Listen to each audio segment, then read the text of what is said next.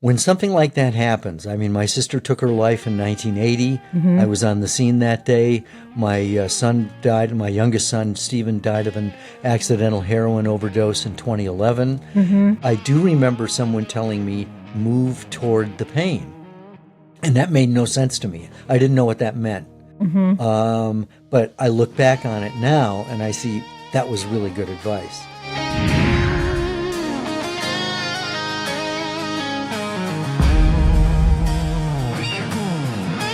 John DeDakis lost a sister to suicide and a son to heroin while spending a career in journalism searching for facts, including as a White House correspondent. Loss, though, made him a different kind of correspondent. He now writes suspense novels and is an expert on the healing power of fiction. Listen in as he tells his story and how making meaning and memorializing his loved ones helped him keep moving forward. Next on The Journeying Soul. I'd like to welcome to The Journeying Soul, John DeDakis. How are you doing today, John? I'm doing well. How are you?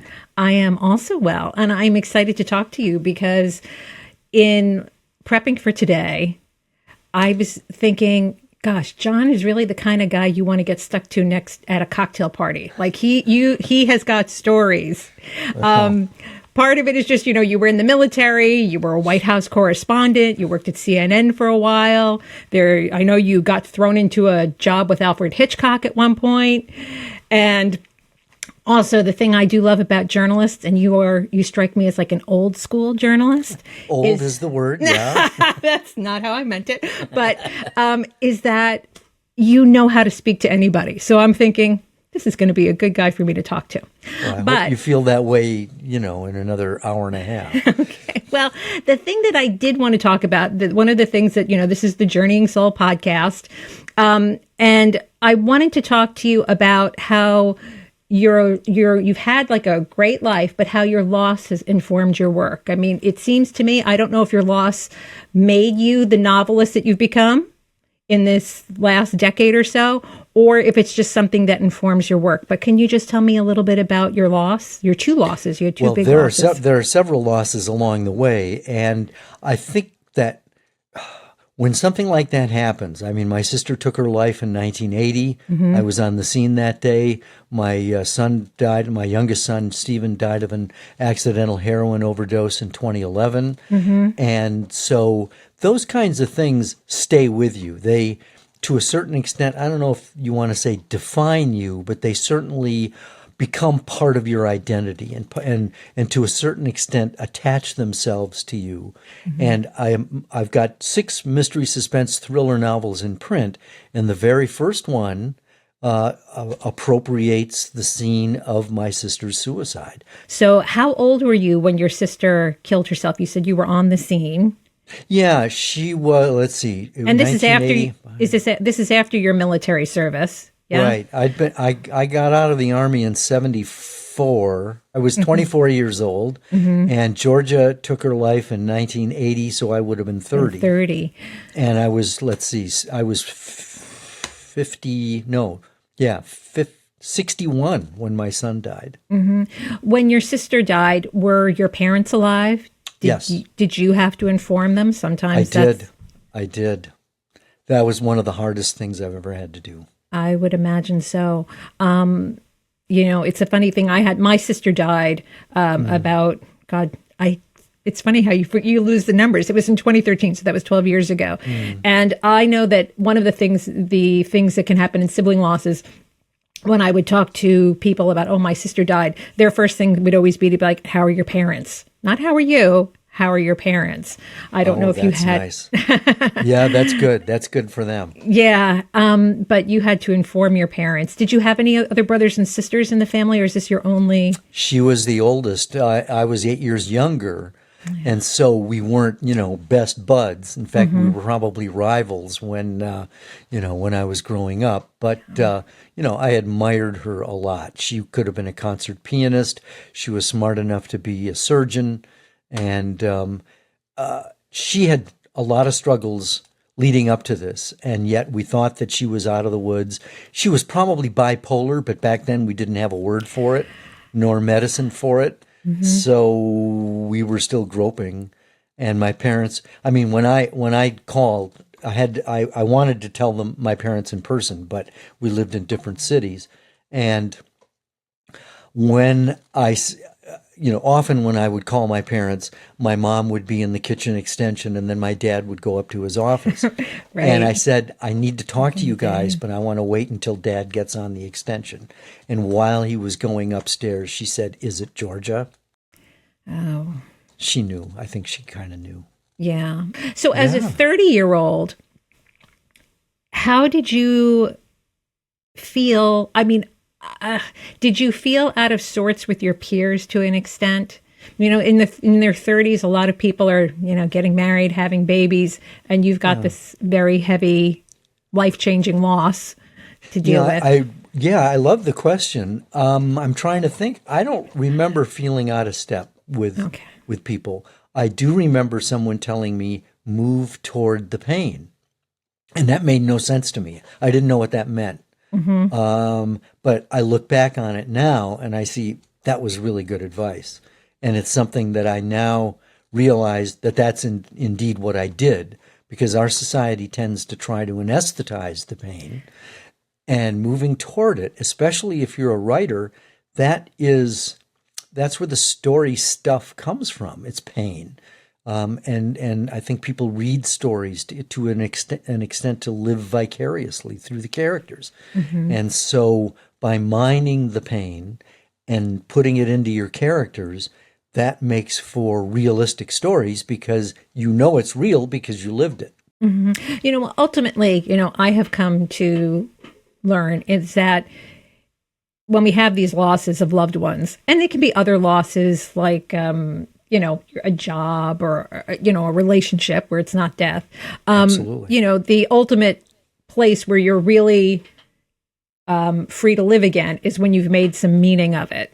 When you've turned it into something, some framework that somehow makes sense to you and is a story you can understand. In your case, obviously you've made stories that other people can understand where your stuff is in there. Yeah. But I do want to talk about your son, but since we're on this, you have, I know in other things, talked about the virtues of fictionalizing your loss, the way that you could discuss your loss sort of more freely or deal with it more freely, or more elements of it. Could you explain to me more about that? Sure. I think that part of it, I mean, this is probably kind of complex and way beyond my pay grade as far as being able to understand it. But at least in my case, I think part of it is, when you fictionalize it, you're taking at least one step back. It's not you, but it's still you, but you're pouring it into other characters. And so by watching them play it out, it gives you at least a tad bit of distance between it. Yeah. I think that's part of it. Did you ever explore in your writing making something turn out differently? That's one of the things so many people in grief, they wish they could make it turn out different. People ask me a lot, why do you write as a woman? And there's a superficial answer. I was just writing in a way that stretches who I am. But I discovered years later, probably 10 years after the first book came out and maybe 40 years after she died, that I write as a woman to create a character I wish my sister had allowed herself to become. My protagonist is still very human and frail and has shortcomings. But that came from deep inside that I wasn't even consciously aware of when I first started writing. Now, you've written 6 books with this character, right? 6, is that That's the right right. number? Now, do you feel like she's sitting on your shoulder, your sister, a little bit when you're writing? I'm sorry, Lark is the name of the character? Lark is my protagonist. No, Georgia is not on my shoulder, as far as I know, dictating, what I'm not what I saying should that write. you're channeling this book. I'm just saying what your experience might be. No, it's not. It's not that. In fact, if anything, Lark is probably more like I am. She has impulse issues and anger issues, and a lot of that I've worked out over the years.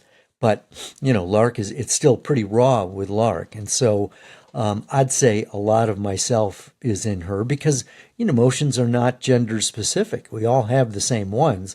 It's just that in my experience, the women in my life are more willing to share their emotions and they're more articulate about them. So that means that I think female characters are more interesting.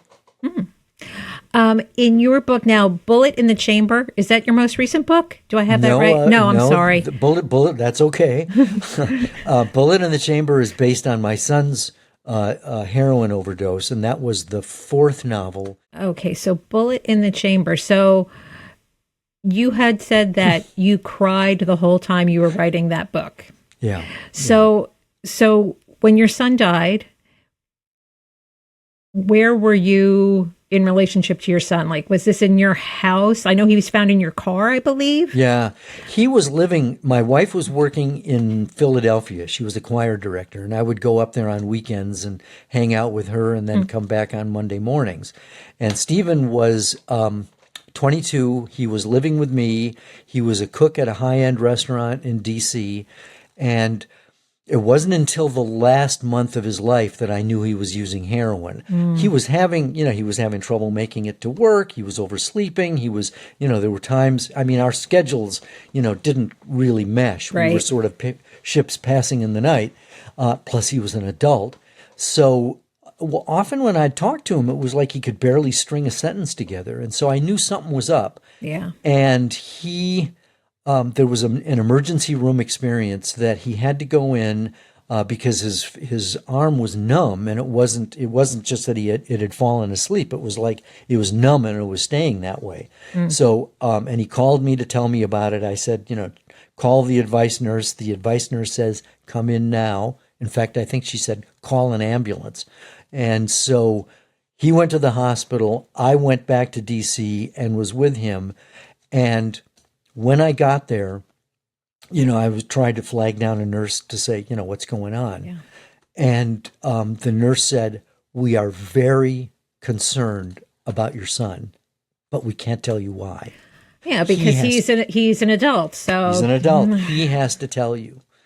And that must have scared the bejesus out of you, I'm thinking. Yeah. Oh, yeah. And so I went to him. I said, dude, something's up. You know what's up. I can't help you if you don't tell me. Yeah. And he says, well, he didn't really come clean. And so he had an MRI, and they were just kind of holding on to him for a number of reasons. And so finally, when he was discharged, it was him and me and the doctor. And he handed me the discharge paper, and, it said, stop using heroin. Yeah. What the fuck? Yeah. And so we had a heart-to-heart. Thank God, though, that doctor was sort of smart enough to do it that way. That you got the discharge paper. The doctor convinced Stephen to give me, to tell me. So Stephen knew he was going to come clean, but he didn't say it in so many words. Yeah. He handed me a piece of paper. Right. And I'm glad, looking back on it, that I didn't flip out. I didn't kick him out of the house. We had a heart-to-heart, about an hour and a half talk, and he revealed that he said he was only, I said, look, everything I know about heroin, which is not a lot, is that if you use it once, you're hooked. And forever after, you're trying to recreate that one high. And he said, yeah, I've heard that too, but I'm managing it. And I've only done it a couple of times. He'd been doing it a year. Oh, wow. Yeah, so I didn't know that at the time. But yeah. he really did want to get off of it, and he tried to schedule an appointment with a psychologist because he felt the depression was sort of at the root of it all, and the guy's schedule was all filled up, and 2 weeks later he was dead. John, you say a lot of things that I think a lot of families have lived through unfortunately, between the fact when people are using drugs, like the drugs and the lying are usually, they've got a very close relationship.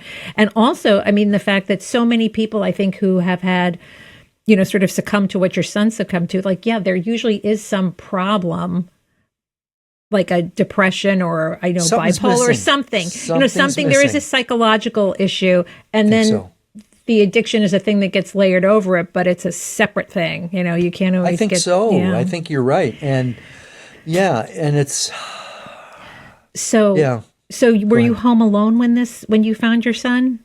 Was your No, wife back? I didn't find him. He was missing for a week, and he missed work. And as soon as he missed work, because I was home at the time, and because he wasn't home, he'd been out all night in my car. He was supposed to get home the night before, and as soon as I called work and he hadn't showed up, then I called the police. Yeah. And started calling his friends. And that was a rough week. Last season I interviewed a woman named Jan Canty whose husband went missing. Now he was murdered. This was a completely different thing, and it happened in the 80s also when like true crime hadn't happened and people didn't really, and families that were survivors of homicide like she is, they didn't have any knowledge of I need to get a representative to speak to the press. I mean, they were all over her because her husband was sort of a prominent lawyer in the area. Did you have any media issues between the time you reported your son and they found him? Not media issues. I had friends in the media that I went to try to get their help. And and we were interviewed because, we wanted to spread the net as far as we could to find him. We had no idea where he was. Yeah. And so, I had friends in the press. So that's sort of not the way it is for normal people. Right. And so I had support that way. It seems to me there was one report that seemed to kind of sensationalize it. It was a talk show, and but it was not. I don't know. You kind of go blur it out and move on. I mean, it was nothing particularly traumatic. Yeah, but that week, I'm assuming it was probably. It was awful. Yeah. You went for counseling afterwards? I did, and I had to go to the morgue to identify his body, and my son James was with me for that, and that was hard. That was really hard. And there was a representative from the Went Center for Loss and Healing, which is a grief counseling center in D.C., and somebody was there with literature. I don't even remember if it was a man or a woman. They just handed it to me and then backed off. They were available. Yeah. And I brought the stuff home, and it languished on the dining room table for a while. Cindy would pick it up and read it. I'd pick it up and read it. We'd let it go.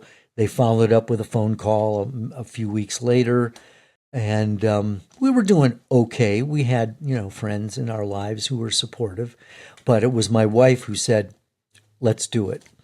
But the interesting thing is, I thought we were going to be going through grief counseling together. Mm-hmm. They wanted us to do it separately.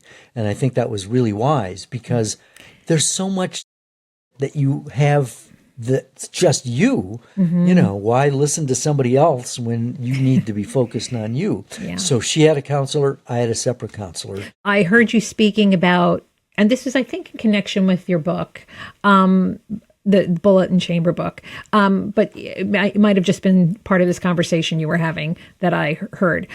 You made a connection between sort of mass shooters who tend to be men and them not being able to process their emotions, express their emotions. Oh, yes. Thank you for pointing that out. It's part of a class I teach on writing as a way to heal. And one of the things I've learned from the grief process is it's okay to cry. Women already get that. And I don't mean to generalize, but, again, in my experience, crying is a safety valve. Yeah. And it releases a lot of that pent-up pressure. Mm-hmm. Guys, for the most part, and I include myself in that, are a little more reluctant to cry because it's showing weakness and we're supposed to be strong and all that bullshit. And so what I think ends up happening is that men tend to keep it inside. It doesn't make it go away. It just festers and it becomes corrosive. And so to your point about mass shooters, with very few exceptions, they're men. And my belief, and I have no data to back this up, is that there's a lot of unresolved grief there and anger. And it finally happens that the tears become bullets. You know, something that I say about grief, and I've said it a million times last season, I'll probably say it a million more this season, is that for men, that there's a part of loss where it's like related to like abduction or rape or something like that. Something is happening to you against your will. Right. And I think for men, that initial entry into something was done to me in my life really against my will is kind of the blockage in some ways. Not that there's not other issues with emotional expression, but I think it's that initial thing of, I can't acknowledge that something was done to me against my will, that my identity was changed, that my life was torn apart. Yeah, that's an interesting way of looking at it. I think there's something there. I mean, let me test this. The antithesis, I think, of what you're saying is that in the case of women, more often than not, they aren't in control to a certain extent, especially in relationships. I think that's been changing over the years with the women's liberation. I do. I just still think, though, since we're smaller and weaker, we have to go out in the world knowing that you can't step up to everything with aggression or directness, or it's just not safe. So we're used to having to modify things, and that's not, and that's kind of living in a way all the time. That's not the way you would want to be living. Right. So the thing that the point I really like to drive home to anybody who's listening is that if you're a man and you're not feeling comfortable about your loss happens to everybody. It's got nothing to do with you being a man or not. You're still a man when you suffer a terrible loss. And you still have to, all of us humans have to go through all the stuff to make meaning and rebuild our identity again. I like the fact that you keep referring to finding meaning, because that's actually, I think David Kessler, who worked with Elizabeth Kubler-Ross when she developed the 5 stages of grief, his son actually died as well. I think, I don't know his story well enough to repeat it, but his son also died, and he's written a couple of books, and one of them is that, finding meaning is the 6th stage of grief. Yeah. And I think that's really true. That's where I agree. That's where the freedom to live comes again, where you can sort of pick up whatever your new life is and whoever you are going to be going forward. There you go. Absolutely. Yeah. Absolutely. Now, John, I like what you said about moving forward as opposed to moving on. Moving on is done. Moving. Yeah, I mean, and that's a problem that so many people have in grief too. When it's kind of comes time to let go, when they're not thinking about their loss every day, there goes right with it a little sense of grief. Like, if I move on, does that mean I didn't love my person? That's why I like the word. That's why I like the word moving forward, because he's still with me. Yeah. That I'm still, I'm partly defined by what has happened. Mm-hmm. Now, when you were writing Bullet in the Chamber, I'm assuming you didn't know in advance you would be crying every day. Did you? I wasn't surprised. But did you know that this was, you wanted to deal or start processing or somehow explore the loss of your son when you started that project? Yeah, that was a no-brainer. And I actually started writing it maybe 8 months after he died, and I got about 6 chapters in, and it was too soon. And I didn't pick it up again for another 2 years.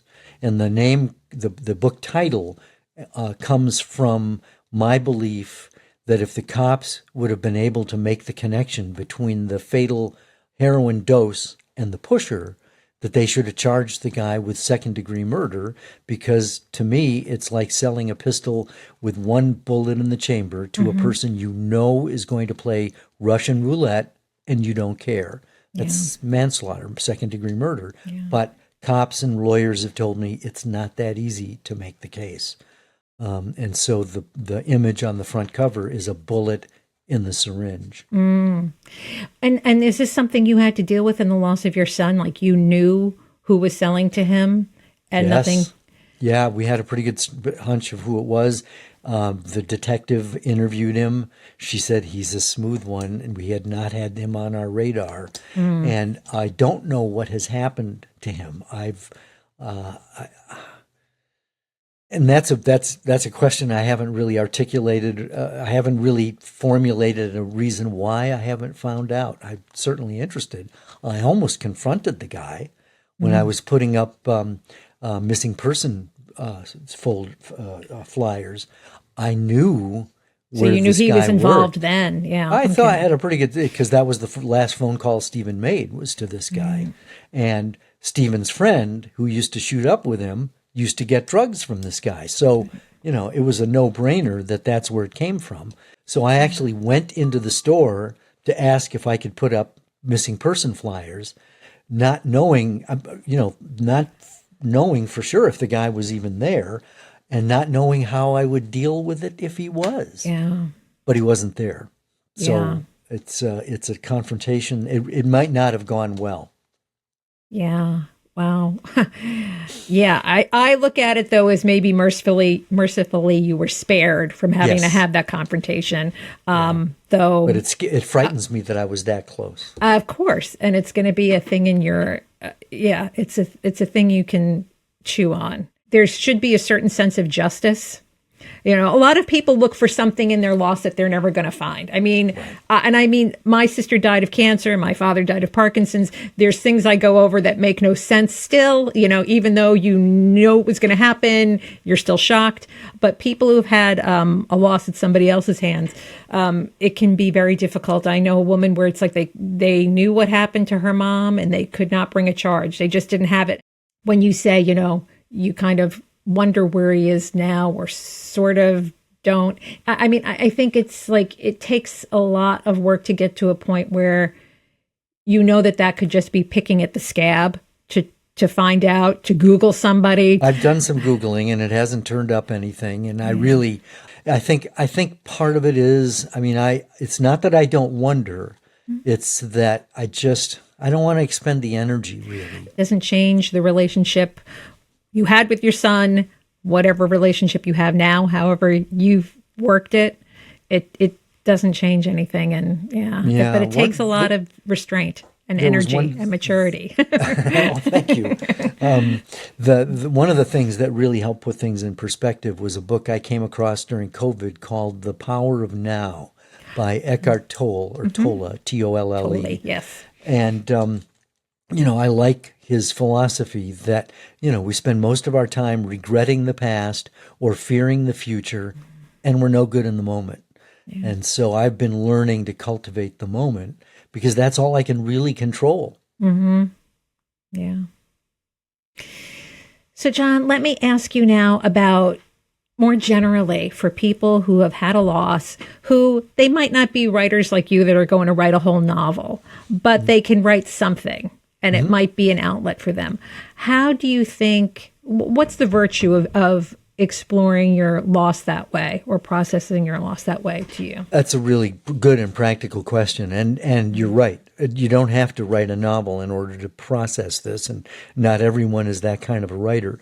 I think poetry, is a great outlet of being able to put your feelings into words. Journaling can be helpful. It can be a catharsis. There was a guy who took one of my memoir writing classes, and he said he was writing a memoir about the death of his wife, and he said that he kept a journal at the time. And when he was researching, going back and reminding himself of those days when he was writing his memoir, he said he forgot how angry he was at the time, because when he got it down on paper, it helped to get it out. Yeah. So we can move forward. And so there's a certain value, I think, in just the catharsis of getting something on the page. Music can be an outlet, whether you're listening or creating. I find it interesting that, I've always been a drummer, but I didn't start really being serious about jazz drumming until after Stephen died. And so that seems like I'm not poo-pooing your writing at all, John, because you have an amazing writer's story as an author. But drumming seems like a really great thing to do. Just even if you're not good at it, just bashing the bejesus out of it. I'm definitely not good at it. And Stephen taught himself how to play drums, and my son James was a professional, and still is to a certain extent. But God bless your wife Cindy for living with all that noise. Well, she said she knew where the kids Three were. of you. She knew where they were, man, because the band was at our house.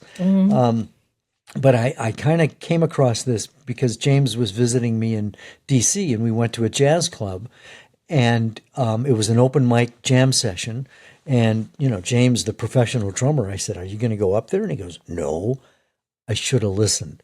I go swaggering up and I take the sticks from the house drummer. And then a couple of horn players got up, and I found out later they had just played a gig at the Kennedy Center. So I'm in over my head, but I don't know it. And they called something and I had no idea what it was. They counted it down. They're flying. I'm still taxiing. And you're in trouble when the house drummer goes, "I'll take over." So I'm just switching sticks. And so I joined this jazz workshop, and playing jazz is improv. You're failing all the time. And so there was a fear that I relate this to grief, because there's a fear component in grief. There's a fear of what life is going to be like without that person, that job, that pet, without whatever in your life anymore. And so what I experienced at that open mic was recklessness, the lack of fear. I just went into it, and I became more respectful of failure. I'd faced it, and that's, I think, an important lesson to be learned about life, whether it's writing or living, is once you've failed, you realize that it's not as bad as you thought it would be. It's mortifying to a certain extent, but it's not the end of the world. No. And if you face your fears, that's where that's where the courage comes in, because you're not waiting to be courageous. You go forward anyway, despite the fears. You harness the fear, and the byproduct is confidence and courage. Yeah. Courage is definitely the doing it anyway thing. But, you reminded me, we were talking about the drumming of the end of, it's not really the end of Scent of a Woman, but just there's that little bit where they're dealing with the tango, and it's like, if you get tangled up, you just tango on, that. Yeah, exactly. That's exactly it. And you know what? Life is improv. John, you're a certain age, I'm a certain age. And, you get to a certain age where it's like you don't care as much and you're not as self-conscious, and you'll allow yourself to be a fool, be not good at something, in front of people, Yeah. And it's just the value, you feel that, to me, it's the value of being alive. It's like, if you want to do it, who cares? It's a self-acceptance, I think. Yes, exactly. You said something that was interesting that I was, in terms of writing and life. You were saying that in life, something is a crisis, but in writing, it's a plot twist. Right. Now, you became a writer, and it was 2013. Now, I don't know, did grief make you a writer, or did you always want to do it, and then this was the time because you switched jobs? How did that work out? I think I started to play around with writing when maybe I was, 7 or 8. And it wasn't until probably the middle of 1994 that I started to entertain writing fiction, because I was working at CNN as a writer. They made me an editor, which was tedious. It was fault finding, and I needed a creative outlet. And so that's when I taught myself how to write fiction. But it took 10 years to get the agent that I've got, and then she got me a book deal in a couple of weeks after she signed me up. Yeah, just to digress a little bit off of the topic of grief, but, I was so impressed, with you sharing your story about how, you took 10 years to get an agent, you queried 39 agents, and you had the perseverance to keep going. I love that. I don't know thank you.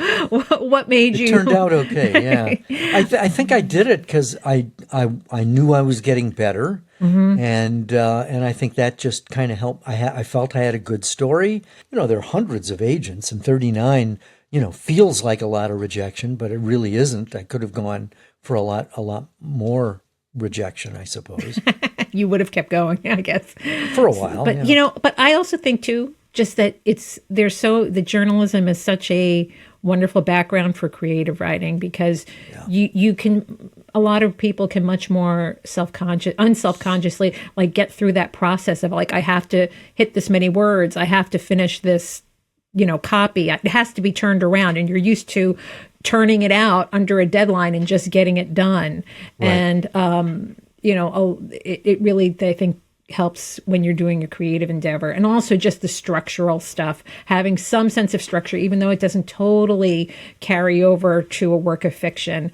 A lot of people who write, they don't think that they have to outline. It takes them a while to learn that kind of stuff. Well, and you don't necessarily even have to learn it, because seat of the pants writing is also a part of the creative process. For many people. That's true. But I think when you get stuck, a lot of people, that middle, they know the beginning is easy. That's the thing that got them out of bed and said, I have an idea. And they might have a sense of the end, but you might need some tools in the middle. But seat of the pants, if that works for somebody, fine. Well, and sometimes you impose the structure on it in the rewrite.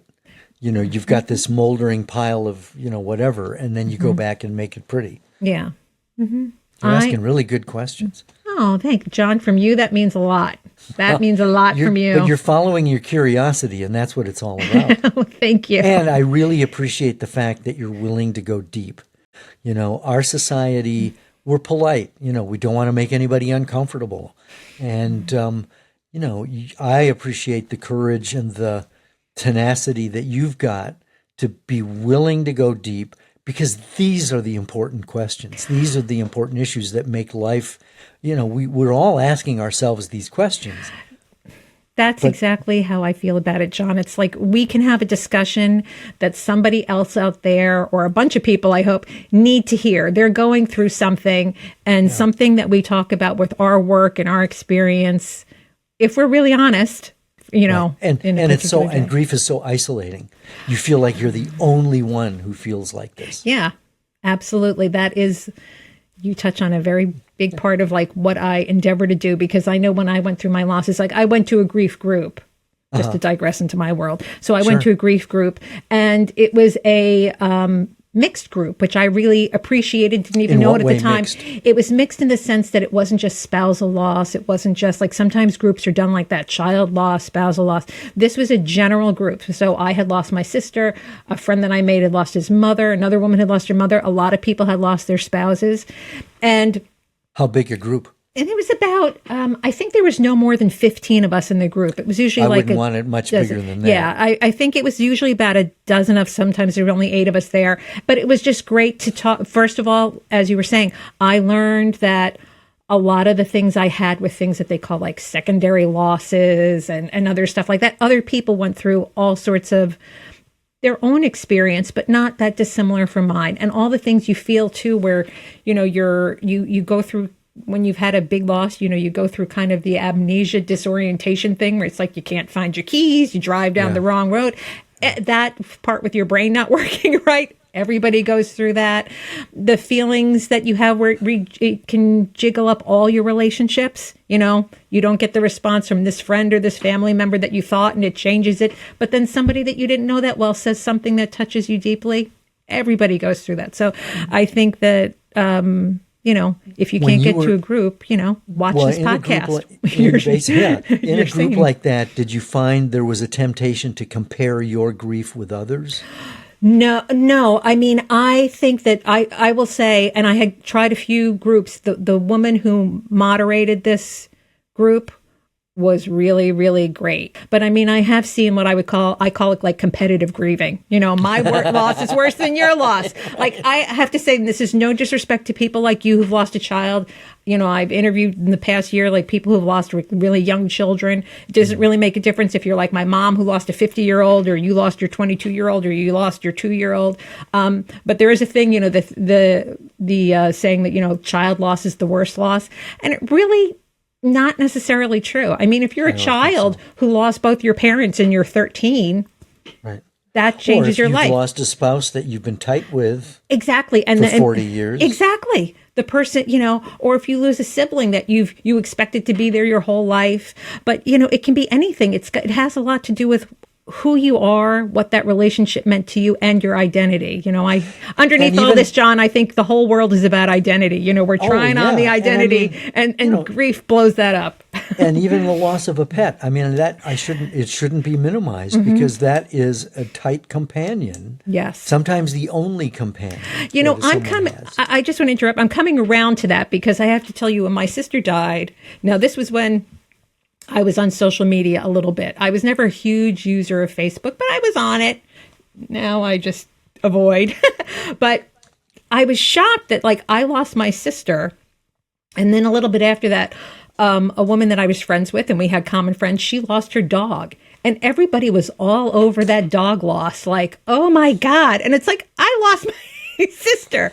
But I will say, I have come to appreciate the fact that, for some people, that emotional relationship you have with your pet is maybe not like anything else you have with a human being. There's a certain unconditional love. Unconditional love. That understanding. I mean, Harry Truman said, if you want a friend in Washington, get a dog. Yeah, absolutely. So I have come to appreciate that and understand why some people react the way they do and also human loss can be more difficult for people to give sympathy about than pet loss. It's a strange thing. We're not so great at grieving, but we're learning. Did people say weird things to you in hoping to comfort you?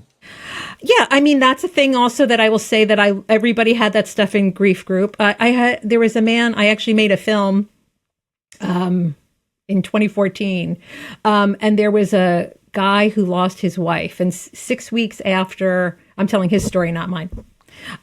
6 weeks after his wife died, a guy that he had been friends with since elementary school said to him, "You're still grieving this? Get over it." And it's that was supposed to be, I guess, comforting, shake him out of it. And it was, of course, a friendship ending event. But yes, people try to explain things to you. And it's as you know, everybody, unfortunately, and I know anybody who's had a loss recently, they've had people say things that kindly we would call clumsy in terms of they're in a better place or it's better it happened this way or whatever. Everybody does go through that. And that's part of, I think, the secondary losses, the, what evil in law, the blow upon the bruise, we all get that, unfortunately. Yeah. So. Yeah, there was when I was away from CNN for about a month, and when I was going back to work, I was on the metro, and a woman sat next to me that I worked with, but I didn't know her well, and she said, "Well, it's good to see that you've snapped out of it." and she had that look of horror on her face as soon as she said it, what have I just said? Because she meant well. Yeah. And At least she had that look of horror on her face. And I told her, it's okay. I'm not out of it, but thank you for, I mean, I look at this as an initiation into life, but I only look at it that way in retrospect. When it's going on, you just can't believe you're sort of seeing that side of life, that you could have a loss and then all these other things. But it does happen. Yep. So, John, are you ready for what I call my lightning round of questions? These are the final questions I ask all my guests. I'll tell you afterwards. Okay. These are always fun, but daunting. What does a well-lived life look like to you? Look, it's peaceful, and it's got joy, and it's balanced. And I think there's a certain degree of integrity there, too. And I think that if there is integrity, that's probably why there's balance and joy and peace as well. Okay. Now, John, you've seen a lot of history, been in the room with some historical figures. So this question, I don't know where it will fit in that life, but what do you suspect is the true nature of reality? The true nature. I mean, I don't have an answer for that other than it's a mystery. And, I think there is such a thing as reality, but that's about it. What does it mean? That's a good question. Yeah, what does it mean? That's a whole other thing. What is the nature of reality? Whoa. Okay. That's how do you think that people can take care to be connected to their, I usually say consciousness or soul, but I will also say emotions in this conversation. Is there a regular way you think people should engage? breathing and quiet. Turn off your CD player or whatever your playlist is. Turn off the radio, the TV. Get quiet. Listen to your thoughts and be aware of your feelings. Be aware of your breath. I mean, there's so much anxiety in the world right now. And I'm not a psychiatrist, and I don't want to minimize it or be flippant about, solving those kinds of problems. But I think that, the goal should be to be able to be quiet, to be able to be alone with your thoughts, not have your thoughts be overwhelming and assaulting you. That I think that there's an importance of being in control of your thoughts, or at least control of the reaction to your thoughts and feelings, being aware of them. And I think that comes with being quiet and taking deep breaths. Yeah. Something I learned, there's two things you're reminding me of. One is I think it's Viktor Frankl, who is like, I can't remember how he said it, how elegantly he said it, but it was sort of the difference between reacting and responding, like taking that breath so you can respond to things. Yeah, because reacting is a much more aggressive, it sounds more aggressive, and responding sounds more diplomatic. Yeah. And the other thing that I don't even know where I picked it up, but this is maybe a year or so ago, is just, when you're feeling anxious, and I think it's just a cognitive behavioral thing. It's like if you could name 3 things you're hearing, 3 things you're seeing, and 3 things you're feeling. I don't know, something like that, to something to ground you in the moment. Sometimes it's hard to. I mean, breathing and being quiet is the best, but sometimes you need a ramp to get to that, or not a ramp. It would be, well, yes, maybe a descending, no, I think a ramp is good. I think a ramp is a good metaphor. Because it's not an instant kind of thing that you can access. If you're not practicing it all the time. So, John, when you die, assuming that consciousness lives on in some way, is there anything you hope to discover or find? Yeah, I want to know if there was a gunman on the grassy knoll in Dallas in Dealey Plaza in 1963. That is a journalist's flippant answer to that question. A who, what, where, when, and why guy. Well, yeah, okay. That's a question that's been haunting me. Okay, after you get that answer, is there let's assume that I get the answer. Ask the question one more time, he said, stalling. When you die, assuming your consciousness or soul, something lives on, is there anything you hope to discover or find? Yeah, lots of things. I'd like to have a conversation with Jesus. I'd like to interview him, but I have a feeling that it would turn around pretty quickly and he'd be interviewing me. And it would be a pretty heavy conversation. His publicist is really hard to get by. That would be one thing. It would be good. I'm hoping to have a reunion with my parents, my sister, my son. No guarantees there. It's all based on faith. You don't know. But that certainly would be important to me. Would you, some people, after they've lost somebody and it's been a while, like a real while, can get to a place where they wouldn't necessarily undo it, like they're okay with what happened. Would you undo your losses now if you could? Sure. Yeah. Okay. I wish my sister would be 83 now.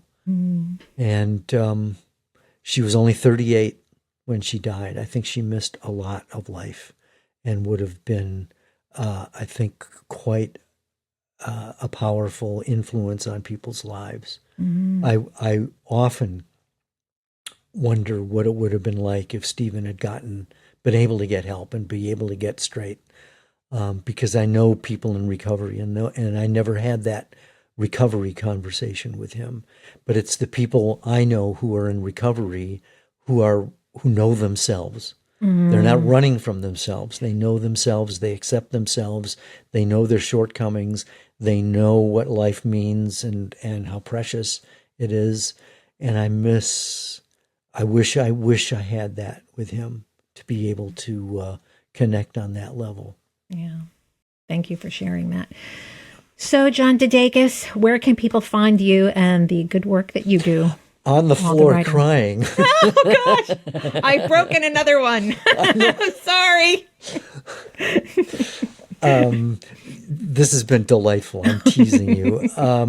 You can find me on my website. That's best because there's a portal, there's several portals where you can get through to me by email. But my website is myname.com, johndedakis.com. I will link to it. Tricky Greek names, D as in dog, E, D as in dog, A, K-I-S as in Sam, johndedakis.com. And John, do you have any final words for the viewing audience and the listening audience? Well, they should follow you on your podcast because I think they're going to be able to learn a lot because obviously you've had plenty of life experiences and you're not afraid to ask the deep, tough questions that only feel tough if we are resistant. But these are the questions that I think are the most important, and you're asking them. And I appreciate the opportunity that you've given me to wrestle with them. Oh, well, John, I really appreciate you being on the show. I mean, with all your experience, I am very flattered that you're talking to me and the Journeying Soul. Thank you. Thank you, Helen. It's been fun. Thanks for watching today's episode. Don't forget to like and subscribe. See you next time on the Journeying Soul.